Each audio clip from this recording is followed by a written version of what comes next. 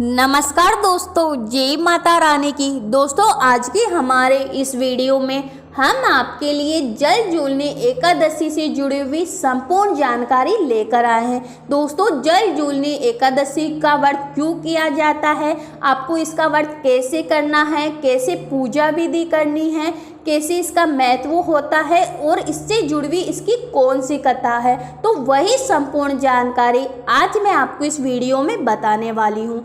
दोस्तों, हिंदू धर्म ग्रंथों के अनुसार भाद्रपद मास के शुक्ल पक्ष की एकादशी को जल झूलनी एकादशी कहा जाता है। इसे परिवर्तनी एकादशी, पद्मा एकादशी, वामन एकादशी और ढोल एकादशी आदि नामों से भी जाना जाता है। इस दिन भगवान वामन देव की पूजा होती है।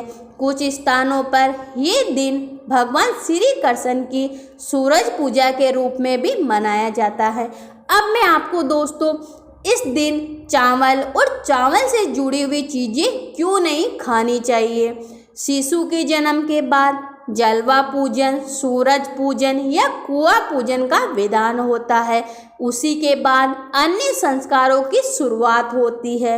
यह पर्व उसी का एक रूप माना जाता है। शाम के वक्त भगवान श्री कृष्ण जी की प्रतिमा को झांकी के रूप में मंदिर के नज़दीक किसी पवित्र जल स्रोत पर ले जाया जाता है और वहाँ उन्हें स्नान कराते हैं, वस्त्र धोते हैं और फिर वापस आकर उनकी पूजा की जाती है। इस दिन व्रत भी किया जाता है। कई जगह भगवान की इस दिन झांकी को देखने के बाद व्रत खोलने की परंपरा होती है। झांकी में भगवान जी को पालकी यानी डोली में ले जाया जाता है, इसलिए इसे डोल एकादशी भी कहा जाता है। दोस्तों, ऐसी भी मान्यता है कि भगवान विष्णु जी इस दिन करवट बदलते हैं, इसलिए इस बदलाव के कारण इसे पर्तवनी एकादशी भी कहा जाता है। देखा जाए तो दोस्तों, यह मौसम में भी बदलाव का सूचक होता है। इस दिन भगवान विष्णु जी के वामन देव की पूजा की जाती है। अब मैं दोस्तों इसकी विधि बताती हूँ। जल झूलनी एकादशी का व्रत का नियम पालन 10वीं तिथि की रात से ही शुरू करिए और ब्रह्मचर्य का पालन करिए। एकादशी के दिन सुबह स्नान आदि करने के बाद साफ कपड़े पहनकर भगवान वामन देव की प्रतिमा के सामने बैठकर व्रत का संकल्प लीजिए। इस दिन यथासंभव उपवास करिए। उपवास में अन्न ग्रहण मत करिए। संभव न हो तो एक समय फलाहारी कर सकते हैं। इसके बाद भगवान वामन देव की पूजा विधि विधान से करिए। भगवान वामन देव को पंचामृत से स्नान कराइए। स्नान के बाद उनके चरणामृत को व्रती अपने और अपने परिवार के सदस्यों के अंगों पर छिड़के और उस पंचामृत को पिए। इसके बाद भगवान को गंध, पुष्प, धूप, दीप, नैवेद्य आदि से पूजा करिए। अब मैं आपको इसकी कथा सुनाती हूँ। वामन अवतार कथा। सतयुग में प्रहलाद के पौत्र दैवत्यराज बलि ने स्वर्गलोक पर अधिकार कर लिया था। सभी देवता इस विपत्ति से बचने के लिए भगवान विष्णु जी के पास गए थे।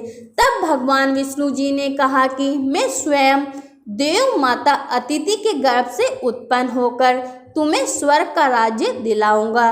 उस समय पश्चात भगवान विष्णु जी ने वामन देव का अवतार लिया।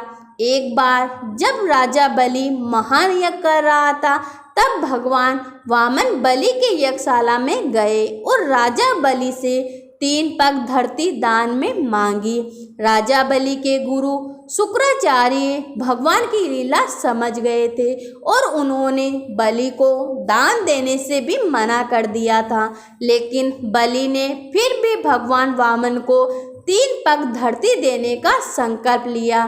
भगवान वामन ने विशाल रूप धारण कर एक पग में धरती और दूसरे पग में स्वर्ग लोक नाप लिया। जब तीसरा पग रखने के लिए कोई स्थान नहीं बचा तो बलि ने भगवान वामन को अपने सिर पर पग रखने को कहा। बलि ने सिर पर पग रखने से वह सूतक लोक पहुंच गया। बलि की दानवीरता देखकर भगवान ने उसे सूतक लोक का स्वामी बना दिया। इस तरह भगवान वामन देवता की सहायता से उन्हें स्वर्ग मिल गया।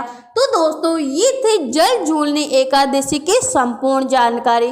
तो दोस्तों कैसा लगा आपको ये वीडियो, आप हमें कमेंट बॉक्स में बताइए तथा अपने दोस्तों और रिश्तेदारों को इसे ज़्यादा से ज़्यादा शेयर करिए। और हाँ दोस्तों, अगर आपने मेरा चैनल सब्सक्राइब नहीं किया है तो उसे जल्दी से सब्सक्राइब कर लीजिए ताकि मेरे ऐसे ही वीडियो आपको जल्द ही मिल सके। धन्यवाद।